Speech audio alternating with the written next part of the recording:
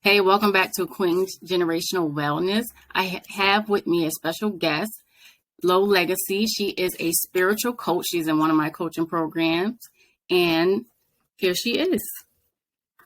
Well, thank you. I just want to say thank you so much for inviting me on your platform. I've listened to your podcast Thank you. and you tapped into some stuff that we definitely need to hear about stress and mindful eating and stuff like that. So Thank you. Thank you for thank you for having listening. Appreciate that. So me. where are you from? I am from the DMV area, so it's kind of like half and half. I probably spent like the first 7 years in Greenbelt and then a little bit in DC and then bounced back to Greenbelt. So Okay. a mix of PG DC. So Greenbelt, is that like kind of countryside or is it busy city like DC? It's more suburban. It's actually like the opposite. Oh, okay. Okay. Yeah. So how do you deal with that? Like the flipping the back and forth? I don't know. Like it's funny because when my mom took me to my first to like she first took me out to DC when I was younger. I grew up in the suburbs. Hmm. So when she first took me to like a corner store in DC, all the noises from like the ambulance, the cop cars, like all the activity, I was just like, okay, I was standing like right next to her. I was like, Just okay, too much like noise. it's too much noise out here. But then after I moved out there, like it just was like, okay, when I moved back to the suburbs, I was like, it's real quiet out here. Yeah. Yeah, it's definitely where I used to live used to be super loud. And then when I moved kind of suburbs, it was so quiet. And I'm like, what's going on out here? Like, what is everybody doing? Because it's so quiet here. But yeah. Right, right. When as far as spirituality, how did spirituality come about in your life? Um, that's a really good question because I think spirituality is like a hot topic right now. Yeah.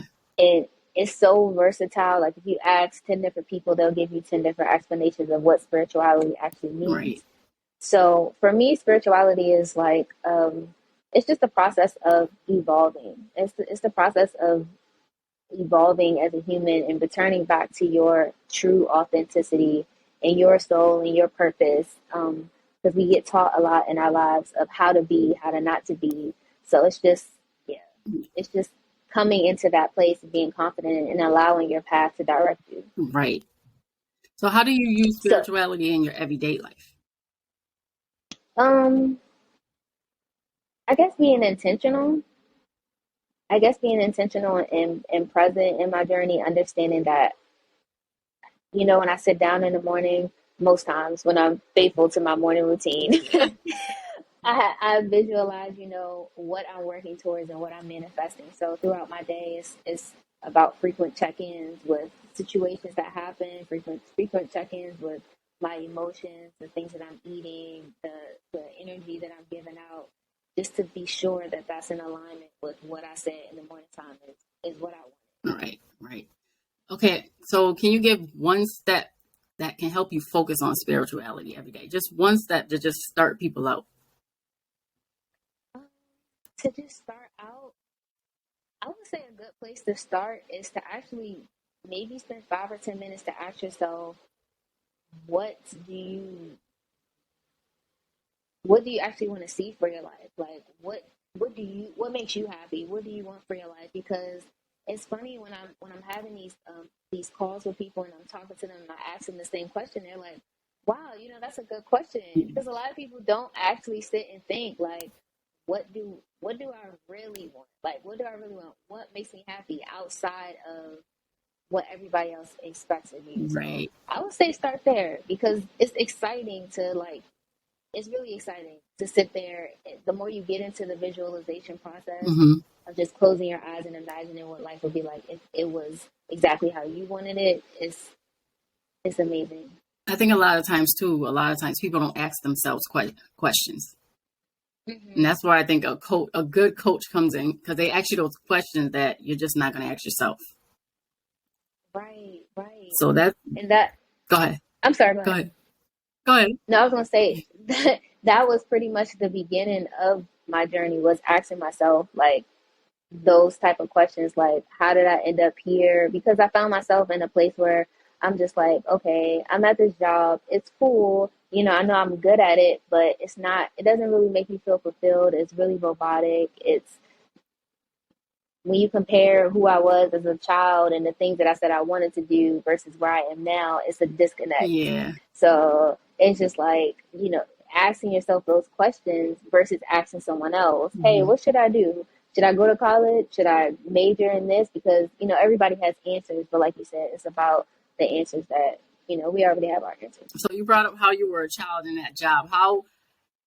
What was the disconnect? The disconnect. So as a child, I'm still very artsy, very creative, very, I don't like to use the word weird, but I feel like people understand what I'm talking about when I say Yeah. it. So very different from a lot of people that I grew up with, and I always had this question like, okay, what's the big picture? Why are we here? I never really was excited about the typical day to day lifestyle. I was always into spirituality. I grew up in the church, Yeah. so like I was into angels, and my mom telling me stories about spirits and stuff like that. Mhm. So being that type of person, but then at the time when I first started having my awakening, I was working at an extended stay hotel. So those two, it's really, I wasn't using any creative. I mean, in any job you can be creative, Yeah. but I really wasn't being creative. I really wasn't challenging myself. I wasn't passionate about what I did. It was Yeah. really boring. As a creative, because I'm creative too. So as a creative, you're kind of you feel like you're in a box, kind of like you're in a box, and it's just like this cannot be it. This cannot Mm-hmm. just be it. Like this cannot just be life. So I definitely feel you on that one, and feeling like the walls is closing in because you're not being creative when that's what you are. Like especially as a child, if you grew up creating, yeah, I don't care if you colored every day. Like if you grew up being Uh-huh. creative, it's kind of like a 9 to 5 is just really not for you. Yes, it's not. It gives, like you said, it really puts you in the box. So when did you start to feel like or if you did, let me ask you that, did you ever feel like you were at a point in time in your journey where you weren't utilizing your creativity and you were Oh put yeah, in a I box? think I think from at a probably like in my 20s, my late Mm-hmm. 20s, I kind of felt like, yeah, this is not it. 9 to 5 is not it. Unless I was working at a job where I was like kind of helping people do things, and I Yeah. worked in a library for almost 6 years. I worked in a Wow. children's library, so helping the kids and doing different things. We did different projects and things like that with the kids. I was very into that because that was my artistic side because I like to do art. Mm-hmm. But other than that, like most of my jobs, I'm like, yeah, this ain't it. It's not. It's It's not. not. And it kind of goes. Yeah, people that And it kind of creative, goes. they don't I, understand it. Like you said, they think you're weird. Like, right. and I'm like, I just want to stay home and write a book. Like it's just like, Yeah. but it's Yeah. like people don't understand it. But definitely, spirituality does fall into your creative because I call them creative outbursts when I just have moments where I'm just like, I either have to write or I have to color or the music. Music has to be a certain way. I have to hear certain Mm-hmm. songs. Like certain songs just do certain things because music is music. You grew up in the church. You know what music does, like the Yeah. frequencies and all Super of that stuff. powerful. Yeah. So I have my moments where I just have creative bursts, and I'm just like, I'm not going to do anything else until I'm done with this.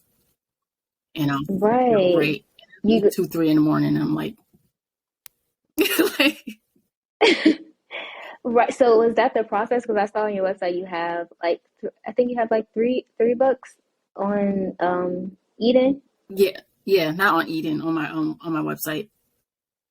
Right. Yeah. Yeah. Like There's a I meant like the Eden Oh, Journal. I thought you meant Eden, ED, I was like, I don't even Oh know no what no to no no no say. no. Yeah, there's a juicing one. There's one about when I had breast cancer, and then there's what's the other one? Oh, talking about going plant based. Yes Yeah, yes yes yes yes. yeah, Yeah, I remember seeing it. yeah. Yeah. You got to get it out, or else you're gonna try to do other things, Yeah. and it's gonna be like And you're not fulfilled. in your head. Yeah. And you're always thinking about, Yeah. well, I should have did this, I should have did that. So hmm how did you start becoming? How did you start with your coaching? Become a spirituality coach.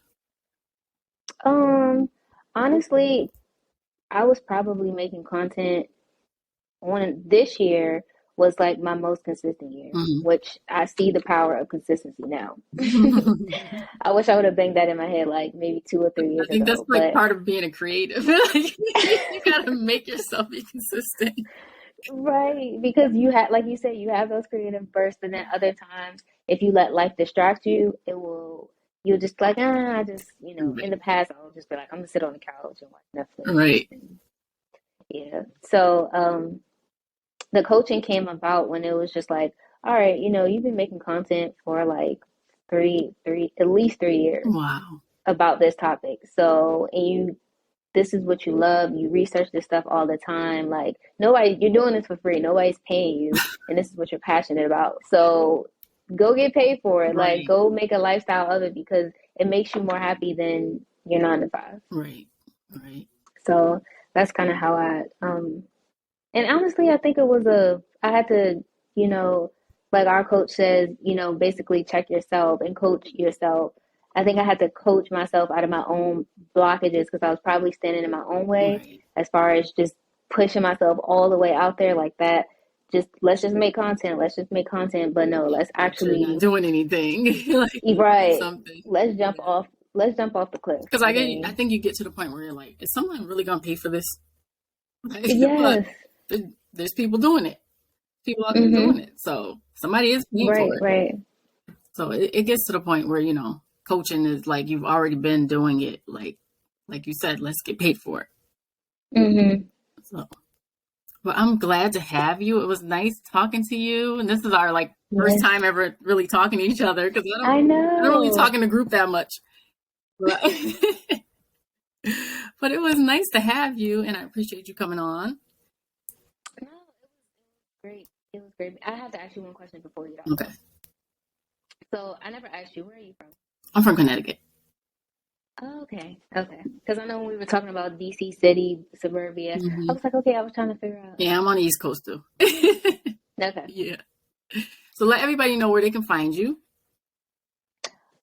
You can find me on Instagram at Low Legacy with 3 Y's. So that's LOLEGACY,